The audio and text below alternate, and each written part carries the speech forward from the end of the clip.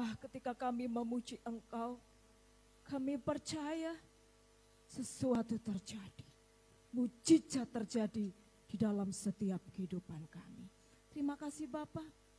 Terima kasih saat pagi hari ini kami umat-umat-Mu boleh memuji, boleh memuliakan, boleh beribadah kepada Tuhan.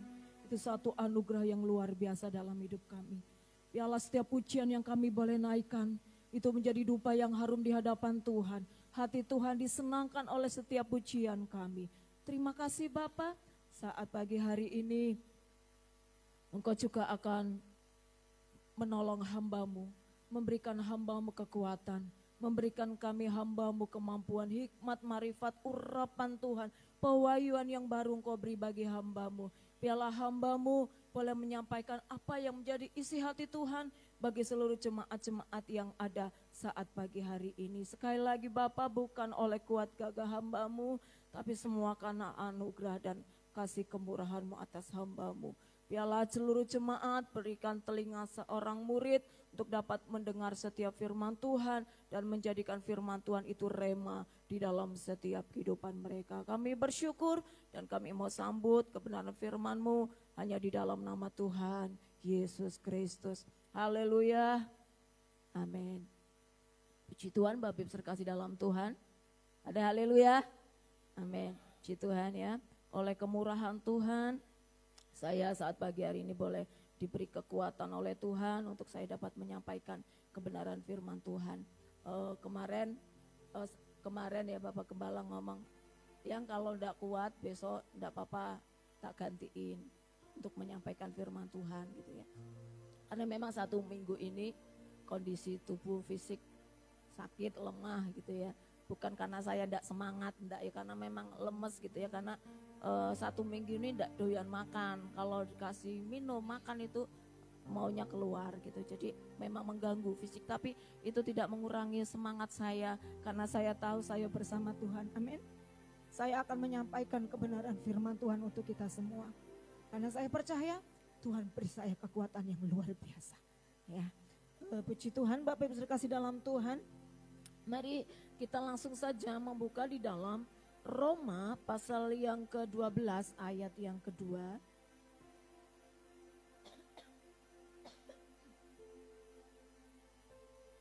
Roma pasal yang ke-12 ayat yang kedua. Kita akan membaca secara bersama-sama. Sudah ketemu semua, amin. Dengan hitungan yang ketiga kita akan membaca di dalam Roma 12 ayat yang kedua. 1, 2, 3. Janganlah kamu menjadi serupa dengan dunia ini, tetapi berubahlah oleh pembaharuan budimu, sehingga kamu dapat membedakan manakah kehendak Allah, apa yang baik, yang berkenan kepada Allah, dan yang sempurna. Saya ambil judul khotbah saya pagi hari ini, jangan hidup serupa dengan dunia ini. Semalam saya katakan di anak-anak, di pemuda remaja, saya katakan bahwa kita ini anak-anak Tuhan adalah surat-surat yang terbuka, yang dilihat, dibaca oleh orang. Siapa kita, orang menilai kita, siapa kita, itu tergantung daripada cara hidup kita. Saya katakan bahwa kita adalah suratan yang terbuka, kita dibaca orang. Orang mau baca apa dalam hidup kita. Jangan sampai orang berkata, apa bedanya mbak wong dunia. Orang baca hidup kita sama dengan orang dunia. Orang melihat kita sama dengan orang dunia. Karena apa, hidup kita dilihat orang. Kalau mungkin orang dunia, orang yang tidak mengenal Tuhan, mungkin dikatakan jahat dan lain sebagainya, itu memang sudah cara hidup orang dunia. Tetapi kita orang-orang yang percaya, kita anak-anak Tuhan. Kalau sampai orang berkata, wong Kristen kok kayak ngono, hidup kita tidak bisa menjadi berkat bagi banyak orang. Tetapi kita adalah suratan yang terbuka, kita dibaca orang, biarlah orang melihat setiap kehidupan kita menjadi orang-orang yang beda dengan orang-orang yang dunia ini. Oleh sebab itu firman Tuhan taruh dalam hati saya untuk saya sampaikan kepada Bapak Ibu Saudara semua. Supaya apa? Jangan kita hidup serupa dengan dunia ini. Serupa itu artinya kalau saya baca di kamus itu, serupa itu terbentuk menjadi sama gitu ya. Jadi terbentuk menjadi sama, dibentuk menjadi sama dengan dunia. Jadi kita sebagai orang-orang yang percaya, jangan hidup kita sama dengan orang-orang dunia, amin. Kita harus berbeda, jangan sama dengan dunia ini.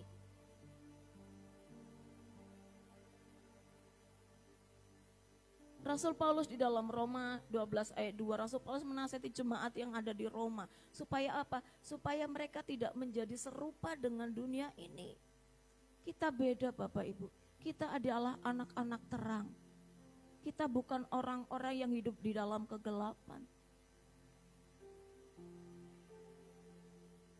Kalau kita berbicara tentang kegelapan, identik dengan dunia. Jadi sebagai orang-orang yang percaya yang sudah ditebus Tuhan, oleh orang-orang yang sudah diselamatkan Tuhan mau hidup kita beda dengan yang lainnya. Hidup kita beda dengan orang dunia. Hidup kita jangan sama dengan orang dunia.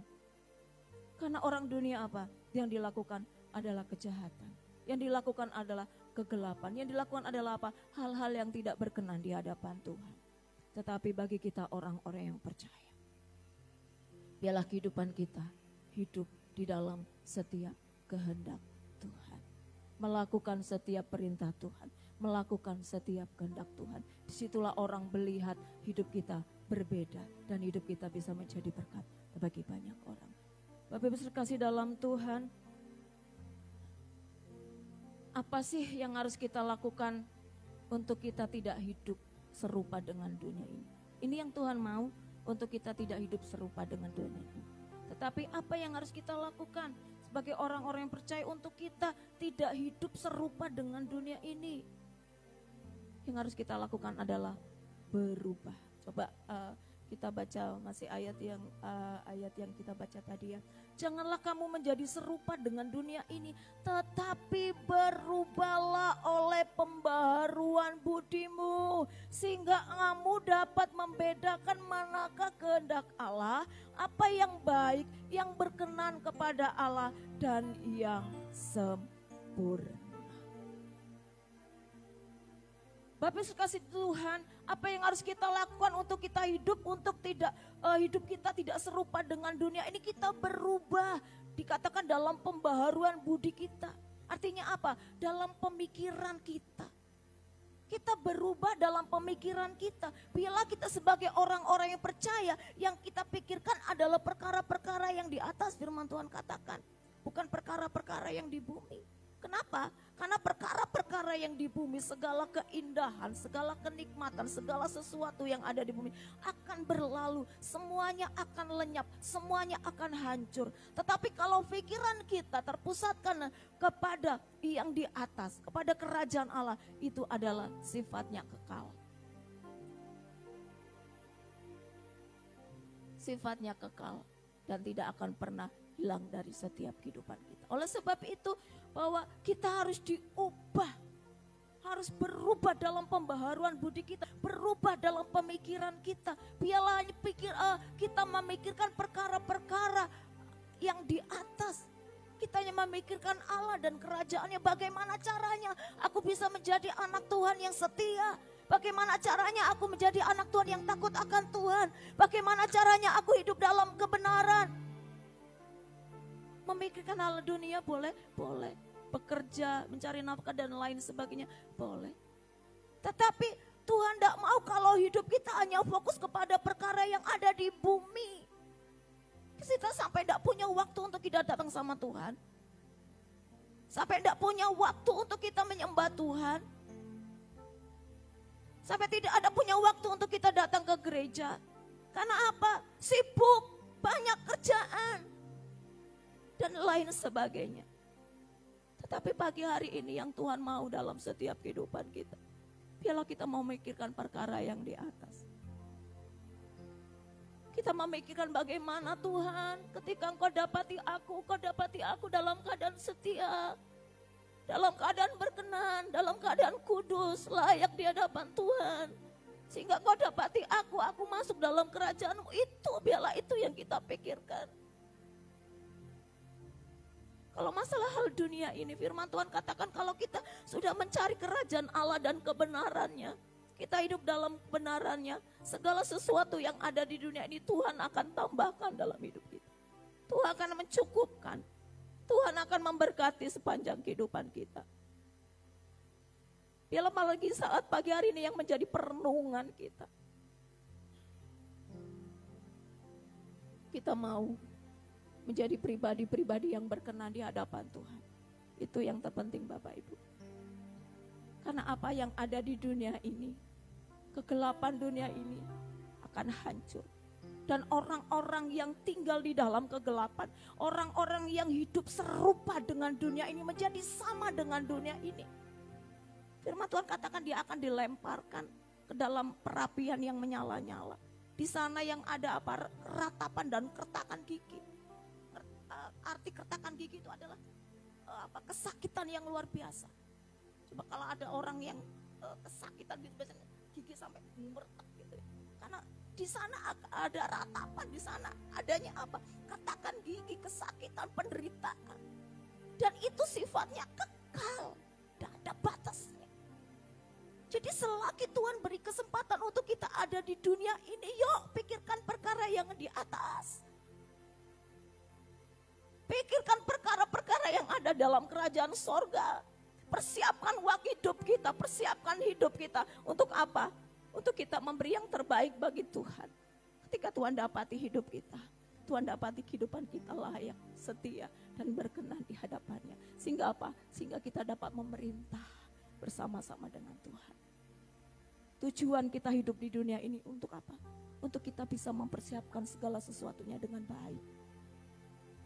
Bukan hanya untuk senang-senang ada di dunia ini Bapak, tetapi untuk mempersiapkan segala sesuatunya untuk kita menyambut kedatangan Tuhan. Tetapi ketika Tuhan beri kesempatan kita ada di dunia ini, kita pakai hidup kita menjadi serupa dengan dunia ini, menjadi sama dengan dunia ini. Ketika Tuhan datang, apa yang Tuhan akan dapati dalam hidup kita? Tuhan memberikan pilihan hanya dua. Pikir perkara di atas atau yang ada di bumi. Mana yang akan kita pilih? Di atas kerajaan sorga, yang ada di bumi neraka. Mana yang akan kita pilih? Biarlah saat pagi hari ini, firman Tuhan mengingatkan dalam setiap kehidupan kita. Jangan kita menjadi sama dengan dunia ini, tetapi mari berubah. Oleh pembaharuan budi kita, oleh pikiran kita, kita memikirkan perkara-perkara yang di atas, perkara-perkara yang hubungannya dengan Tuhan. Karena yang di bumi, semuanya nanti kita akan tinggalkan, Bapak Ibu. Bapak terkasih dalam Tuhan,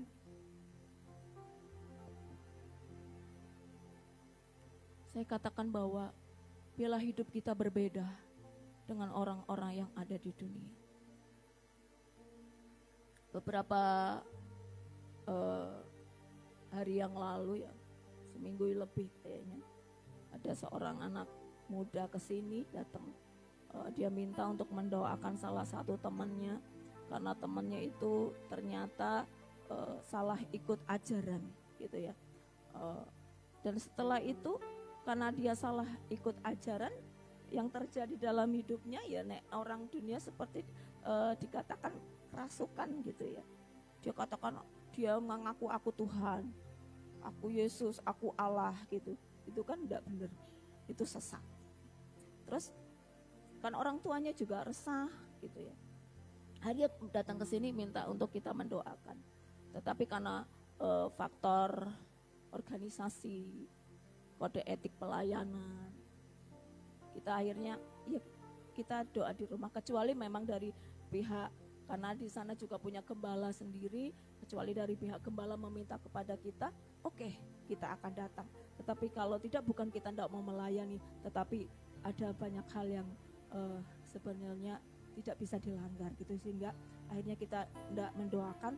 Terus yang saya dengar yang begitu, aduh Tuhan gitu, akhirnya dibawa ke dukun. Bukan didoakan, malah dibawa ke dukun. Terus apa jadinya? Anak itu sudah dirasuki roh jahat, pikirannya, hatinya, hidupnya, malah dibawa ke dukun. Saya dengarnya nangis. Loh katanya anak-anak Tuhan, orang-orang yang percaya kepada Tuhan, bahwa segala kuasa setan tunduk dalam nama Yesus. Tapi kenapa ketika merasa enggak ada pertolongan datang ke dukun, minta pertolongan ke dukun. Bapak Ibu kasih dalam Tuhan, ini cara dunia Bapak Ibu. Ketika anak sakit, dibawa ke dukun. Ketika istri suami sakit mungkin dibawa ke dukun. Ini cara dunia. Ini Tuhan tidak mau dalam setiap kehidupan kita Bapak Ibu kasih dalam Tuhan. Pergi ke tempat-tempat yang mistis. Pohon-pohon besar kalau saya lihat di televisi itu ya. Pohon-pohon besar itu identik dengan penyembahan. Di situ ada sajen-sajen, ke makam-makam keramat dan lain sebagainya. Itu cara dunia. Itu tidak boleh ada dalam setiap kehidupan kita orang-orang yang percaya. Tetapi biarlah kita berbeda dengan orang yang ada di dunia. Amin. Saya sedih, jujur. Saya dengan Pak Tim kadang nangis. Ketika dengar, oh itulah jemaatnya ikut ke sana.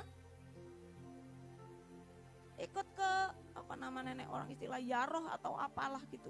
Pergi ke tempat-tempat yang dikeramatkan lah. Nangis. Tapi apa dayanya kami sebagai hamba Tuhan? Kami hanya bisa berseru, Tuhan. Biarlah mereka boleh berubah oleh pembaharuan budi mereka. Sehingga apa? Hidup mereka tidak sama dengan dunia ini. Tapi kasih dalam Tuhan, ketika apapun yang sedang terjadi dalam hidup kita, persoalan, pergumulan, sakit, penyakit, tantangan, apapun yang Tuhan izinkan datang dalam hidup kita, biarlah cara hidup kita adalah cara yang dikehendaki oleh Tuhan, bukan cara dunia. Amin. Kalau orang dunia suka bohong, kita bohong, berarti apa? Kita sama dengan dunia ini. Ketika kita ke dukun, ketika orang dunia ke dukun dan kita juga ke dukun, berarti hidup kita sama dengan dunia ini. Itu yang Tuhan tidak mau dalam setiap kehidupan kita. Firman Tuhan saat pagi hari ini, jangan hidup kita serupa dengan dunia ini. Bapak Ibu saudara kasih dalam Tuhan.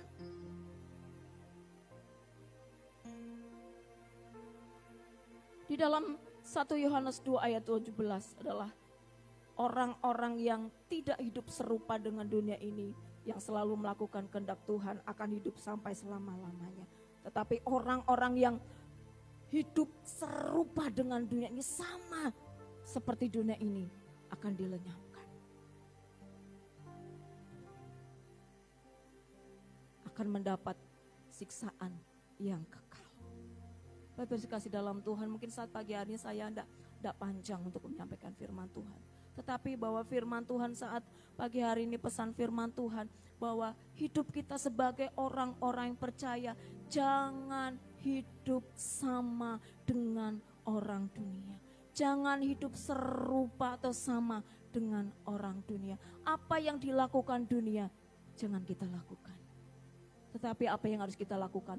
Lakukanlah setiap kehendak Bapa. Apa itu kehendak Bapa? Lakukanlah setiap firman Tuhan, apapun yang menjadi perintah Tuhan di dalam setiap kehidupan kita.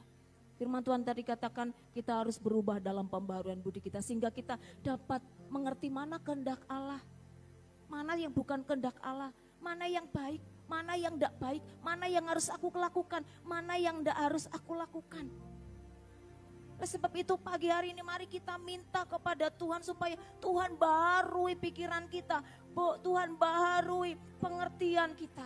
Supaya apa? Supaya kita ngerti dan tahu dan sadar bahwa oh ini berkenan sama Tuhan, oh ini tidak berkenan sama Tuhan, oh ini kehendak Tuhan yang harus aku lakukan, oh ini bukan kehendak Tuhan yang harus aku tinggalkan, oh ini yang baik yang harus aku lakukan, oh ini yang tidak baik yang tidak harus aku lakukan. Biarlah pagi ini kita minta Tuhan menjamah setiap kehidupan kita. Biarlah Tuhan menjamah setiap pikiran kita, menjamah hati kita. Biarlah pengertian Kristus itu ada dalam setiap kehidupan kita. Haleluya. Ralamashi. Haleluya, haleluya, haleluya, haleluya Yesus. Haleluya, haleluya, haleluya Yesus. Ajari kami Bapa anak-anak-Mu hidup dalam kebenaran Tuhan. Ajari kami anak-anak-Mu untuk tidak hidup seperti apa yang dunia lakukan, seperti apa yang dunia perbuat. Oleh sebab itu berikan kami pembaharuan, barui pikiran kami, untuk kami mengerti mana kehendak Tuhan, mana yang bukan kehendak Tuhan, mana yang baik, mana yang tidak baik, mana yang berkenan dan mana yang tidak berkenan kepada Tuhan. Sehingga hidup kami Bapa, hidup yang menyenangkan hati Tuhan. Sehingga hidup kami, hidup yang memuliakan Tuhan dan menjadi berkat bagi banyak orang. Kami rindu hidup kami seperti suratan yang terbuka, yang dibaca dan dilihat orang. Dan melalui semuanya itu orang melihat ada Tuhan di dalam hidup kami. Sehingga melalui hidup kami nama Tuhan dipermuliakan. Terima kasih Bapa, terima kasih. Haleluya, haleluya, haleluya Yesus. Terima kasih Tuhan, terima kasih. Ya Tuhan, kami bersyukur. Terima kasih Tuhan. Waktu selanjutnya serahkan pada Bapak kembali. Aku berserah,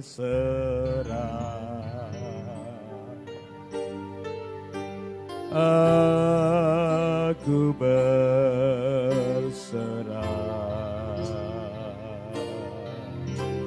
pada Yesus Juru Selamat.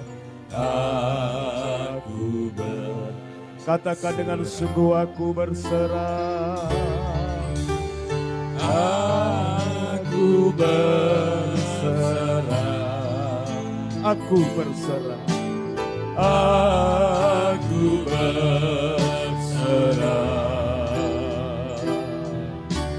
pada Yesus Juru Selamat.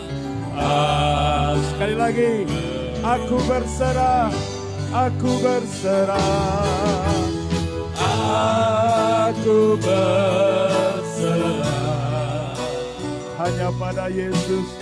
Aku berserah, haleluya,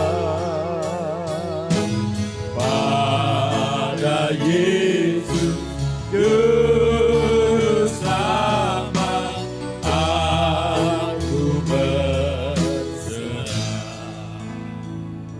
Saudara, Allah kita Allah yang penuh kasih dan kemurahan.